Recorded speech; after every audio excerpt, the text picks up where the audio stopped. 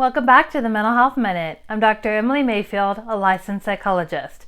Thank you for watching this video and being a part of the Mindset Therapy family. In today's video, I want to discuss a concept called mirroring. Mirroring is how people learn to connect with others. It's the reflecting back or mirroring of what someone says or does. Through this reflection, rapport can be built and connections made. If you can match someone's facial expressions or even level of excitement, you can show empathy for their experiences.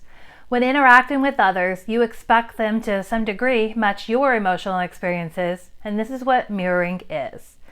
If you are sad and they are laughing at you, this can be off-putting and disappointing. The other person has behaved in a way that works against building connection.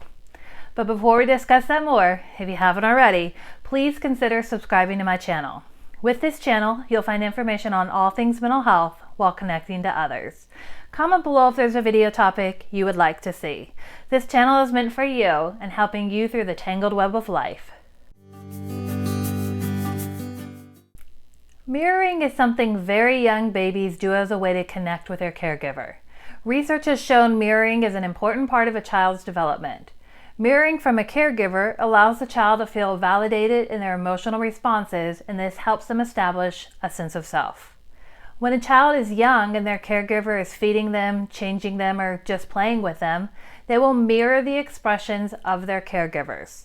If the child is being raised by someone who is depressed or otherwise unable to express their own emotions appropriately, then this leads to confusion in the child who is developing empathy and the ability to relate to others. Internally, the child feels a certain way, but the response from their caregiver is counter to what they're experiencing. There is no mirroring. Eye contact might not be present, or the caregiver is making no expression while engaging with the child. When the child experiences a lack of mirroring by their caregiver, they instinctively feel as if their needs are not being met. The child's behaviors are met with rejection through the absence of mirroring, so the child begins to learn that how they think and feel doesn't matter. This is at a basic level when the child is an infant, but as the child grows up with this caregiver who continues to not demonstrate effective mirroring, the child attaches thoughts to their actions. Connection cannot be made. While there's no definitive finding on why someone develops narcissistic personality traits or narcissistic personality disorder, there is some research that the absence of mirroring in the formative years from their caregiver contributed to their absence of a well-defined self and their lack of empathy. It should be noted, the absence of mirroring can lead to other mental health conditions in addition to narcissism, and even people who did not have emotionally responsive caregivers when they were younger do not all develop mental health symptoms. But for the purposes of this video, I'll focus only on narcissism. If you've been in a relationship with a narcissist, you may have found they copy your behaviors and your identity becomes their identity. This would be an example of mirroring and narcissism. So why do narcissists mirror in relationships? One reason is they lack their own identity, so they must get it from someone else. As I've discussed in many videos, narcissists don't have stable senses of identity, and they require outside sources to help them define their own level of esteem and worth in that moment. This is in part due to the absence of mirroring when they were younger and the inability to learn how to emotionally connect with others and develop a sense of self. The absence of a stable sense of self requires them to seek identity elsewhere. Another reason is they are trying to give you what you want as a way to win you over. Narcissists are excellent at control and manipulation. While they lack a strong sense of self, one strength they do have is the ability to watch others closely and then use this information in their favor. A narcissist seems to always know what you like, and they give this to you. It feels as if they know you well and are invested in your happiness.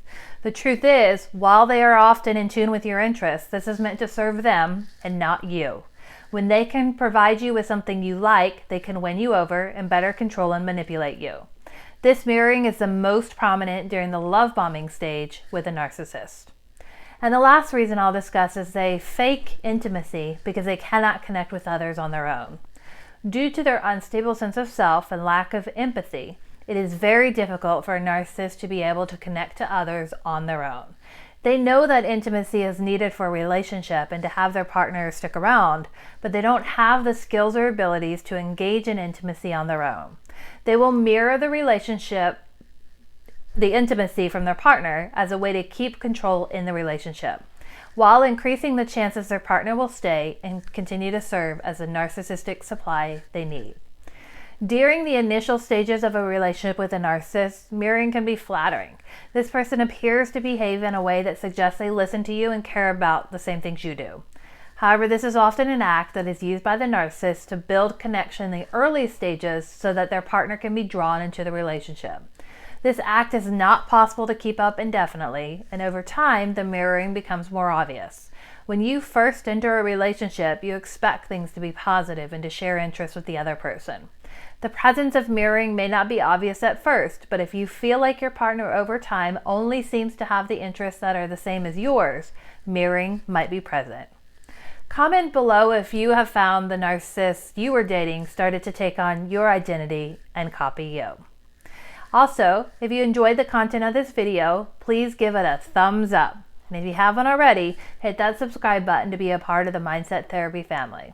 I look forward to seeing you at the next video.